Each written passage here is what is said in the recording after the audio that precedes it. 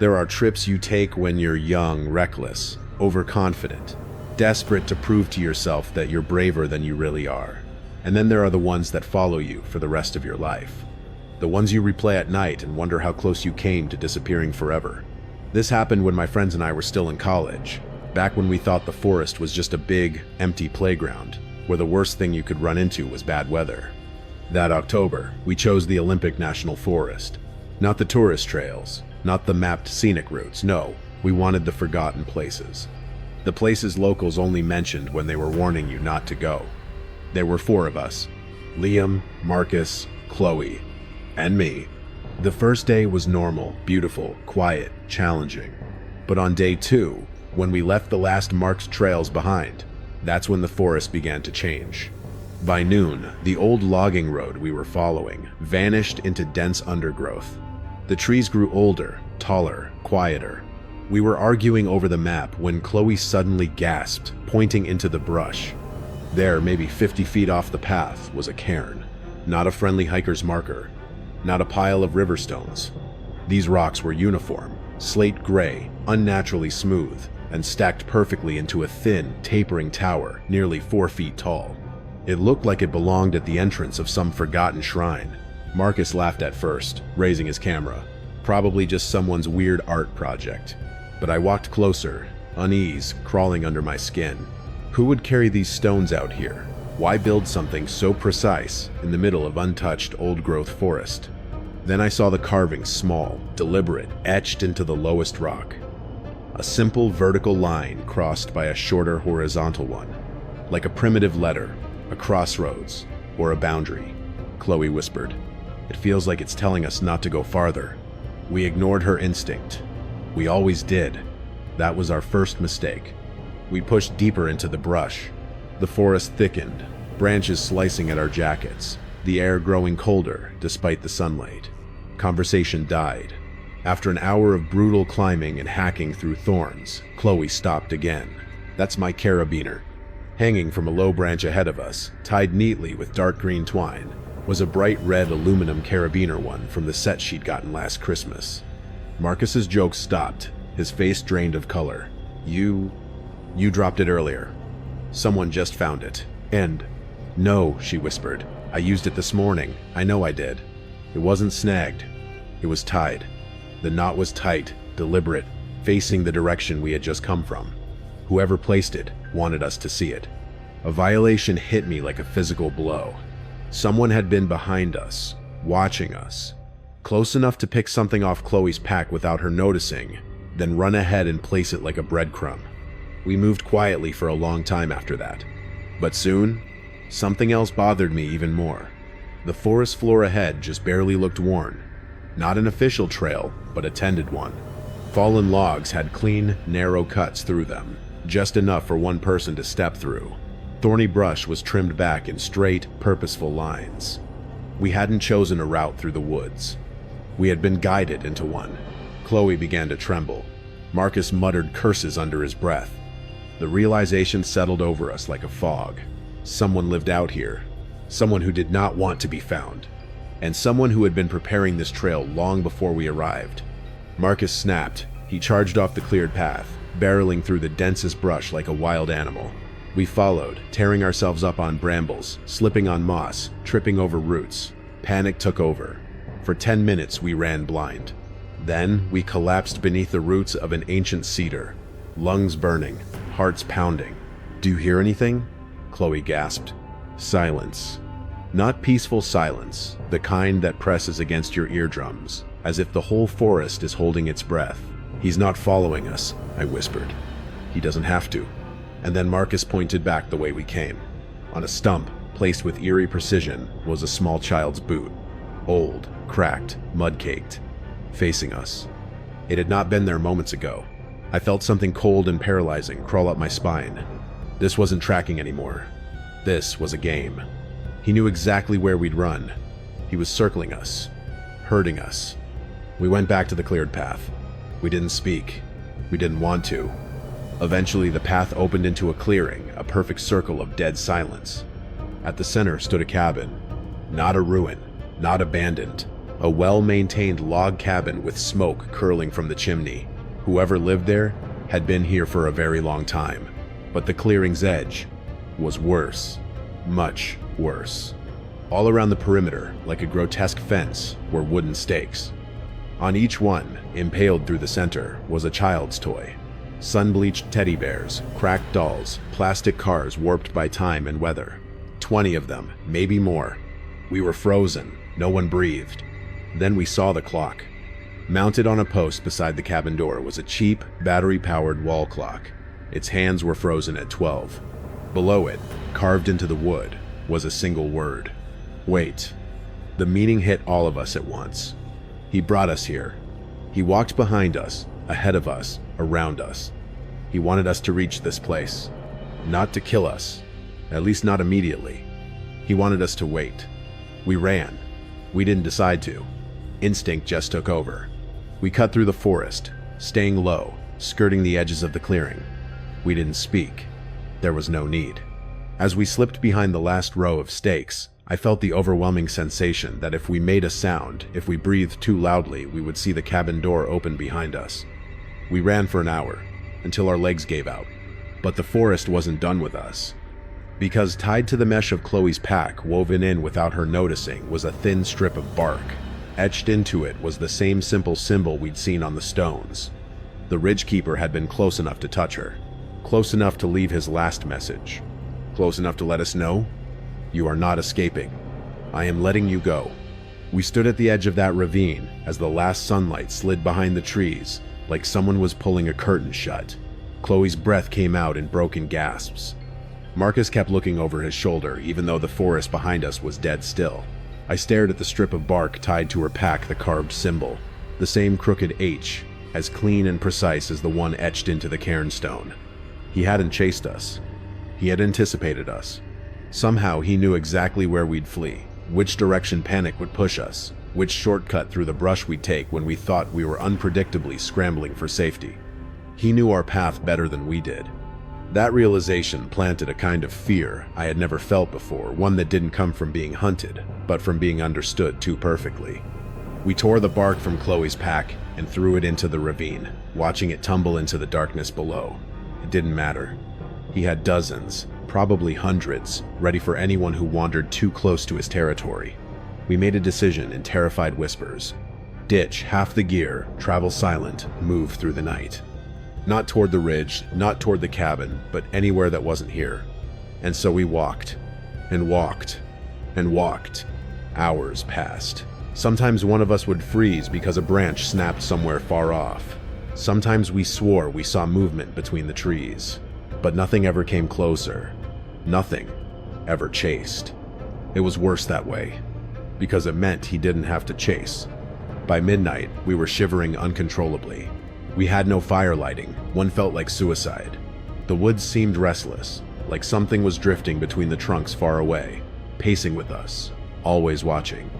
At one point, we heard something a soft creak, like wood bending under weight. We froze and turned slowly. About 20 yards back, barely lit by the moonlight, was another cairn. But this one was different. Instead of a perfectly tapered tower, this one was wider, built of different stones that looked like they'd been pulled straight from the riverbed. And on the top rock, instead of the carved crossroads symbol, there was something else. Chloe whispered, "Is that hair?" A small clump of long, tangled hair, dark, matted, unmistakably human, had been pressed into the wet surface of the top stone, as if someone had mashed it there with deliberate force. We didn't talk after that. We ran. Branches whipped across our faces. Mud sucked at our shoes. Every sound behind us echoed louder in our minds, each crack of a stick sounding like a footstep, each gust of wind like breath on the back of our necks. We ran until our legs felt like water, stopping only when the forest finally gave way to a thin, barely visible trail. A real one. An official one. The relief nearly dropped us to our knees. But the forest wasn't done yet. Because lying dead center on that trail, placed so perfectly it might as well have been waiting for us, was Marcus's camera. He'd lost it hours earlier in the chaos he hadn't even noticed when it had been pulled from his pack. But here it was, clean, untouched, facing up, waiting. Marcus didn't want to touch it. None of us did. But he couldn't leave it there either. His hand trembled as he flipped it open and checked the screen. There were photos. Dozens of them. Not taken by him. Not of us. But of the forest. The same shots repeated again and again. Trees, brush, undergrowth, but all from low angles, hidden behind roots or under branches. Like whoever took them had been crouching, waiting, studying his surroundings from a predator's vantage point. Then the last 3 photos loaded. Photo 1. A shot of the cairn. The first one we'd found, the perfect stone tower, but taken hours earlier, before we ever saw it. As if the builder had photographed his own work and saved it. Photo 2. A picture of Chloe, taken from behind as she tightened her bootstrap that morning. She was completely unaware of the camera pointed at her from the trees. Photo 3. A shot of all 3 of us, taken from a distance, just as we were arguing over the map. We were tiny figures through the trees, but unmistakable. Someone had been following us from the moment we stepped off the marked trail. Marcus closed the camera and quietly set it down in the dirt. Nobody said a word. We walked until dawn, following the thin trail that felt like a lifeline pulling us out of hell. When we finally saw a marker nailed to a tree, a weathered wooden sign with trail distances and an arrow, we almost cried. We reached the ranger station late the next afternoon. We could have told them everything. The carabiner, the toys, the clock, the cairns, the hair, the camera. But when the ranger asked what happened, all we could manage was, "There's a survivalist out there, a dangerous one." The ranger just watched us for a few seconds with an expression I'll never forget. Like he knew exactly who we were talking about. Like dozens of hikers before us had come stumbling out of the woods with that same hollow, hunted look. "There are parts of this forest," he said quietly, "that aren't meant for people. And people out there who aren't meant to be found. He told us he'd file an incident report. We knew nothing would come of it. We drove home in near total silence. None of us returned to that forest again. Over the years, we stopped talking about it entirely. Not because we forgot, but because remembering felt like inviting him back into our lives. Like saying his name out loud might make him appear behind us, placing a new marker at our feet. But sometimes, usually around midnight, my mind drifts back to that cabin. To the stakes, the toys, that clock frozen at 12. Wait. For what? For us to enter? For him to return? For something else entirely? And worse, what happens to the people who don't realize they're being guided? Who follow his perfect little trail all the way to the steps of his cabin and actually wait? Sometimes, even now, I'll spot a cairn on a harmless weekend hike, perfectly stacked, too perfect. And every time, my stomach drops. Every time, I remember that strip of bark tied to Chloe's pack. Every time, I feel the forest watching me again. And I wonder if the Ridge Keeper remembers us. If he's still out there, maintaining his trails. If he still builds his cairns with those precise, impossible hands. If he's waiting, if he always has been.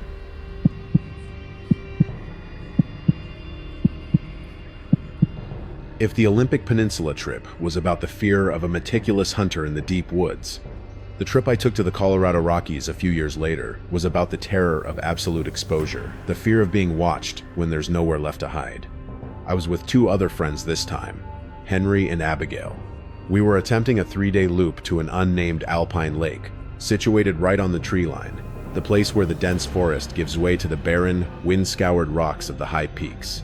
It's an incredibly beautiful, but also incredibly harsh and exposed environment. The first 2 days were a glorious, grueling climb. We finally reached the ridge overlooking the lake on the 3rd day, just as the sun was beginning to touch the distant peaks. The lake was a perfect sapphire bowl cradled by rock and a scattered fringe of stunted, wind-battered fir trees. We descended and set up camp on a small, gravelly apron near the water's edge. The air was thin, cold, and utterly silent. Not even the usual chirping of high-altitude birds. It was that kind of perfect stillness that, after a while, starts to feel unnerving, like the world is holding its breath. Henry, true to form, was meticulously organizing his tent, commenting on the superior wind resistance of his stakes. Abigail, however, was quiet. She was sitting on a flat boulder, pulling her heavy knit cap lower over her ears, not because of the cold, but, I suspected, to shield herself from the vastness of the space. "It's too quiet, Liam," she finally murmured, not looking at me. "It feels hollowed out, like someone scooped the natural noises out." It's the altitude, Abigail," Henry called out, not looking up. "Air's too thin for acoustics. The wind just shears everything off. Stop overthinking the environment." I tried to mediate as always. "He's right about the wind, Abigail, but I get what you mean. It feels a little like a movie set, too pristine." As I spoke, I was looking across the lake, maybe a quarter mile to the opposing shore. That side was steeper, ending abruptly in a dense, dark expanse of forest that began right where the tree line started, a wall of dark green below the gray rock. The lower part of the lake, where the water flowed out and down the mountain, was shielded by this dense foliage. It was then I noticed it. In the forest wall, maybe 200 feet below the lake level, there was a break. Not a natural rock slide or an old fire break. It was a line, a perfectly straight, thin, vertical line that seemed to cut the dark green wall of the trees. It was subtle, maybe just a slightly paler shade of green or an odd shadow, but it ran from the edge of the visible tree line all the way down until the curvature of the mountain hid it from view. It wasn't a road. It was too narrow and too straight. It was more like someone had drawn a line on the landscape with a ruler and then followed it, meticulously clearing every branch and sapling in its path. I stared at it for a long minute, trying to rationalize it, a natural fault line, a distant power line cut, but the angle was too improbable, the width too uniform.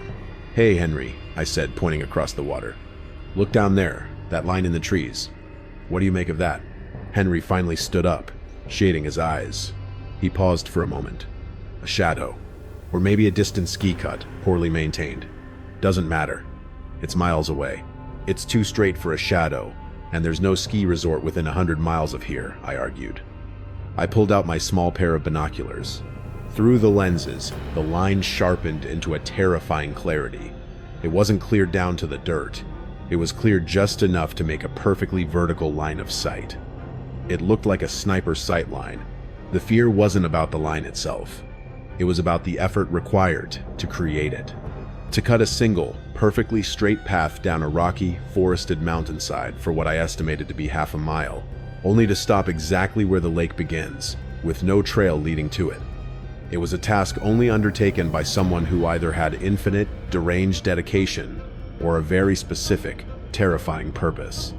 The air grew colder as the sun vanished, and the wind began to pick up, whistling over the ridge and across the flat surface of the lake. Henry was convinced I was seeing things and started a fire. Abigail, however, was watching the line through my binoculars, her face a mask of uneasy concentration. "That's not a shadow, Henry. It's a purposeful gap. And it's not for walking. Look at the angle of that slope." She handed the binoculars back to me, her voice shaking slightly.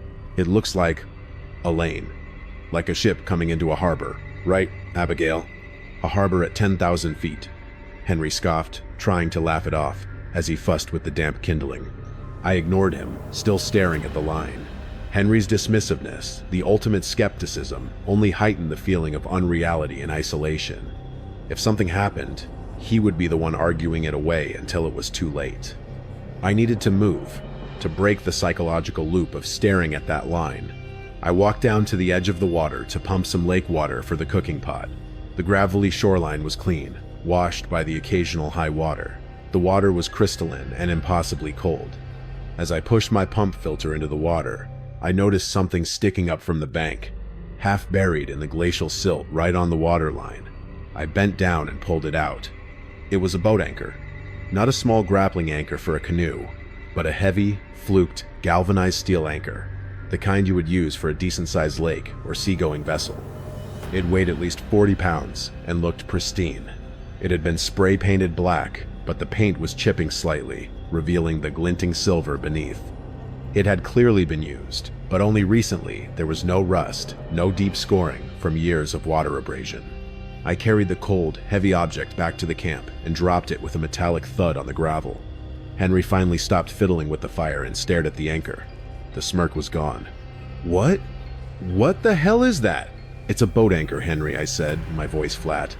"At a lake that has no boat ramp, no nearby road, and is over 10 miles from the nearest navigable waterway. The closest town is 50 miles away." Abigail walked over and gently touched the cold steel. "It wasn't left here from decades ago. It's too clean. Someone put this here recently. And they used black spray paint to dull the shine. The anchor was a physical violation of the environment, a deliberate anachronism. It was the material proof of a meticulously planned human presence. The perfect, straight line of sight in the distant trees, a half-mile-long effort of clearing was for something. And this anchor, deliberately left at the shoreline, was the punctuation mark. It wasn't just a dropped piece of junk. It was placed there, like the cairn and the clock in the Olympic woods. A marker, a sign that the wilderness was not our own. The silence of the lake suddenly felt deafening, and the sheer emptiness of the surrounding high peaks felt like a terrifying open cage. The person who went to all that effort to cut that line and haul this anchor up was showing their hand. They were showing us that they were here, watching, and that they had the time and the planning to do absolutely anything they wanted. We were trapped in their perfectly framed landscape. The anchor destroyed the last vestige of Henry's skepticism. He no longer offered a technical explanation. He just stared at the heavy object, his engineer's mind struggling to fit it into any logical pattern. The fire finally caught, throwing weak, flickering light onto the tents and casting long, dancing shadows on the rocks. We ate a nervous, silent dinner, constantly checking the dense, silent tree line across the water. We talked about a dozen scenarios, each one more terrifying than the last. A strange cartel drop point, an experimental military location, a deranged mountain man who used the lake for some kind of bizarre, high-altitude ritual. Nothing fit the effort of the cut line and the perfectly placed anchor. Just as the last sliver of light was fading from the sky, Abigail pointed across the water, her finger trembling. "Look, at the top of the line." I scrambled for the binoculars. The cut line, which ran straight down the mountainside, ended exactly where the dense forest began below the upper, rocky slope. But right above the line, where the forest gave way to the bare, broken rock, a small, dark object had appeared. It was impossibly small, yet perfectly visible in the remaining twilight. It was shaped like a square box, maybe 3 feet across, and it stood out starkly against the gray-white rock. And it was clearly reflecting the last rays of the sun, flashing a tiny, brilliant point of light straight across the lake, directly at our camp. "A solar panel," Henry breathed out, his voice a ragged whisper. "Or a reflector dish." "It's not a reflector dish," I said, a sickening certainty washing over me. "It's a mirror. A cheap, framed mirror. And it's positioned to reflect the light directly at us." The full horror of the cut line was now apparent. It wasn't a sniper line, or a path, or an observation post. It was a perfectly straight line of sight, meticulously cleared from the lake level up to a specific spot on the rock face. It was the only place in the entire vast bowl that had this uninterrupted, geometrically perfect view of the shoreline. The ridgekeeper had cut a swath down the mountain simply to confirm that the person at the top was looking at the person at the bottom. I focused the binoculars on the small, square object, and the light hit me, blinding and brief. I saw only the flash of glass, the cheap, thin frame, and the bare rock. But then, as the last of the sun went, the reflection winked out, and the object, no longer reflecting, became a dark, dull square against the mountainside. It wasn't a warning light. It was a confirmation that the person who went to all this effort was gone. They had shown us the mirror, the physical proof of their presence, and then they had retreated as the sun set. They knew exactly where we were. They knew we had seen the line and found the anchor, and now they had retired for the night, leaving us trapped with the knowledge that we had been completely seen and categorized. That night was the longest of my life. The air temperature dropped well below freezing, and the wind howled intermittently over the ridge, but it wasn't the cold that kept me awake. It was the water. In the middle of the night, around 2 a.m., the wind died down almost completely. The lake surface, usually rippled by the constant, high-altitude breeze, became perfectly still. In the bright, cold light of the nearly full moon, the lake turned into a flawless black mirror, reflecting the stars and the jagged line of the ridge. I was lying in my sleeping bag, staring at the ceiling of the tent, my mind cycling through the anchor, the cut line, and the mirror. I heard Henry's slow, steady breathing, but Abigail was awake, tossing restlessly. Suddenly, a sound cut through the stillness. It was a low, muffled thud. It sounded like something heavy and soft had been dropped onto a solid surface, far away. I sat up, my heart hammering against my ribs. I looked out the small mesh opening of the tent flap. The water was still perfect. The mountain was silent. Then, maybe 10 seconds later, I heard it again. Thud. Closer this time. It seemed to come from the deepest, darkest corner of the forest, right where the cut line ended at the tree line. Abigail was sitting up in her sleeping bag now, clutching her knees. What was that, Liam? I don't know. Just wait. We waited for what felt like an eternity. The silence was agonizing. And then, the sound came again. Even closer. Thud. Thud. A slight pause. Thud. It wasn't a single sound. It was a rhythmic, dull beat. I finally realized what I was hearing. It was the sound of a heavy, metal object being dropped or placed on soft earth or pine needles, moving along the perimeter of the tree line.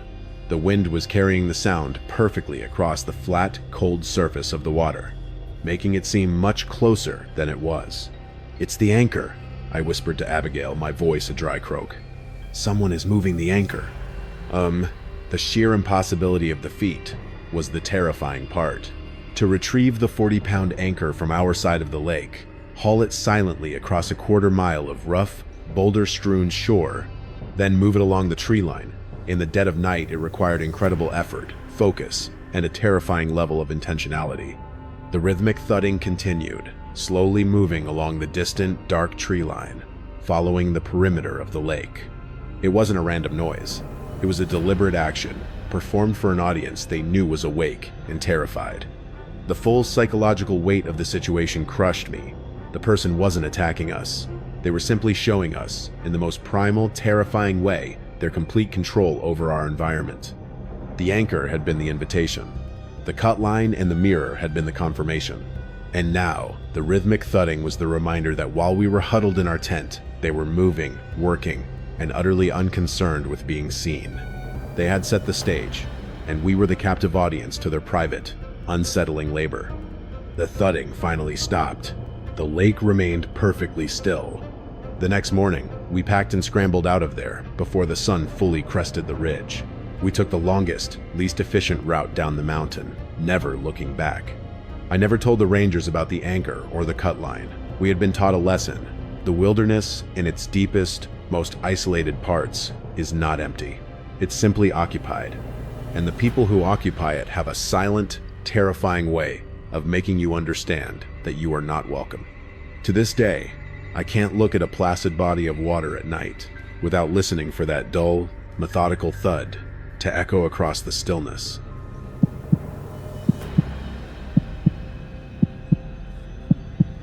Not all forest horrors happen in the old-growth, silent wilderness. Sometimes, the most unsettling things occur in the scarred, transitional zones, the parts of the forest where man and nature have collided, leaving a mess of stumps, brush piles, and strange, unsettling quiet. This was the scene of my final, most disturbing trip, one I undertook alone a year after the Rockies.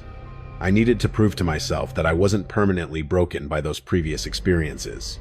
I was trying to reclaim the woods, to find a sense of peace that my logical mind insisted was still there.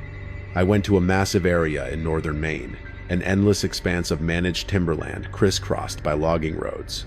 My intention was simple: a solo, week-long backpacking trip, navigating by compass and topo map, staying strictly to the periphery of the active logging zones. My first few days were exactly what I needed: solitude, silence, and the satisfying ache of hard hiking. The fear of being watched was manageable, a familiar hum in the background that I could mostly rationalize away. On the fourth day, I came to the edge of a vast clear-cut. It was a brutal landscape, hundreds of acres of stumps, piles higher than my head, and a sickly, pale green carpet of emerging saplings.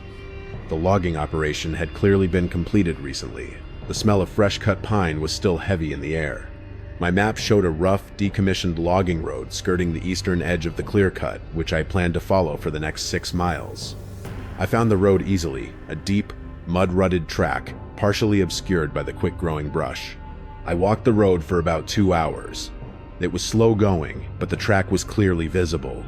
Then, the road abruptly vanished. Not faded, not washed out, but simply stopped. I came around a bend, and the road, the ruts, The brush line, the packed dirt, just ended at a uniform wall of dense, healthy, second-growth timber. It was like a movie set where the scenery department just decided to stop building. I checked my map again, tracing the dotted line with my finger. According to the GPS coordinates and the terrain features, the road should have continued perfectly straight for at least another 3 miles, eventually connecting to a major timber route. I walked into the forest where the road should have gone, trying to find a break, a remnant of a former path. Nothing. The forest was thick, wet, and absolutely unbroken. I returned to the end of the road and spent a frustrated hour examining the ground. The road had been maintained up to this point. I could see recent tire tracks, perhaps a few weeks old, ending in the mud right where the forest began. They must have just stopped using this section, I muttered to myself, shaking my head. But loggers don't leave perfectly serviceable roads for no reason, especially when they connect to major arteries. They let them fade. They don't block them with a perfect wall of trees. I walked the circumference of the terminus, and then I saw it just a few feet off to the left, partially hidden behind a young fir tree. It wasn't the road that had continued. It was something else. Staked into the ground was a small wooden survey flag, the kind used to mark boundaries or construction lines. This one, however, was painted a bright, almost luminous orange. And on the flag, someone had written, with a thick, black marker, "You do not go this way." It wasn't a corporate notice or a government warning. The handwriting was crude, aggressive, and entirely personal. My breath hitched. The road hadn't stopped naturally. It had been purposefully terminated by someone who went to the trouble of felling trees, dragging in brush, and building a physical, impenetrable wall of forest simply to direct traffic away from this one spot. The tire tracks proved that whoever did it had used the road themselves, right up to this point. This wasn't about tracking or watching. This was about absolute, surgical control of movement. They were not tracking me yet. They were tracking everyone. But now I was standing at their demarcation line. I was miles from any other established route. I couldn't backtrack. I was too far in. I knew I had to respect the warning, but the sheer effort of the block and the intensely personal nature of the sign created a desperate curiosity. If someone was hiding something that hard, what was it? I didn't take the forbidden path. Instead, I cut due west, hiking straight up and over the clear-cut slope to try and bypass the blocked area. It was an arduous, exhausting climb over unstable piles of slash and treacherous stumps. After maybe 45 minutes of gut-busting work, I reached the crest of the slope. I stopped, pulling a deep, ragged breath of air into my lungs. From here, I had a spectacular 360-degree view of the entire area, the vast, empty clear-cut basin, the surrounding dark forest, and the faint, winding line of the decommissioned road I had just been on. And then I saw it. Almost directly below me, in the dead center of the clear-cut, a desolate, ugly landscape of stumps and debris was a small cabin. It was almost perfectly camouflaged, built low to the ground, using rough gray logs and surrounded by high piles of slash and brush. It was invisible from the ground level of the old road. It was only visible from this high, central vantage point. It wasn't a standard hunting cabin. It was an odd, angular structure, and its windows, there were 2 of them, were tiny, black squares that faced in opposite directions, like 2 vacant eyes. And then I noticed the pattern of the clear cut around it. The loggers hadn't just cut the timber randomly. They had left an intentional, circular clearing, a halo around the cabin. The stumps were gone from this immediate area. The ground was flat, covered in a manicured carpet of pine needles and small rocks. The stumps of the rest of the clear cut, the chaos, surrounded this perfect 20-foot diameter circle. The cabin was sitting in the eye of the storm. I pulled out my binoculars and focused. There was a small, crudely built fire pit outside the cabin, and hanging from a heavy wire strung between 2 stumps was something that made the hair on the back of my neck stand up. It was a row of wind chimes, but they weren't made of metal or glass. They were long, dull, off-white tubes that hung from the wire, gently swaying in the breeze. They looked like bone. As I watched, a gust of wind passed, and the tubes clacked together with a faint, dry, hollow sound that was immediately swallowed by the vast silence of the clear cut. They weren't just decorative. They were designed to broadcast the slightest change in the wind's direction across that barren landscape. The wind chimes were an organic alarm system. I understood then why the road was blocked. It was the only access point from the east. The entire massive clear-cut wasn't a logging operation that happened to leave a cabin. The clear-cut had been designed to isolate that cabin, to create a perimeter of devastation that could be easily monitored, a perfect, defensible circle. I dropped the binoculars, my hands shaking. I was standing in the most exposed position possible, a clear silhouette on the highest point of a landscape designed for surveillance. The person in that cabin had created a perfect killing field, and I was standing in the bullseye. I scrambled down the backside of the slope, keeping the high stumps and slash piles between me and the cabin's two black eyes. I was no longer thinking about reclaiming the woods. I was thinking about survival. My exit strategy had to be the western logging road, a route that was miles away, across the remaining clear-cut.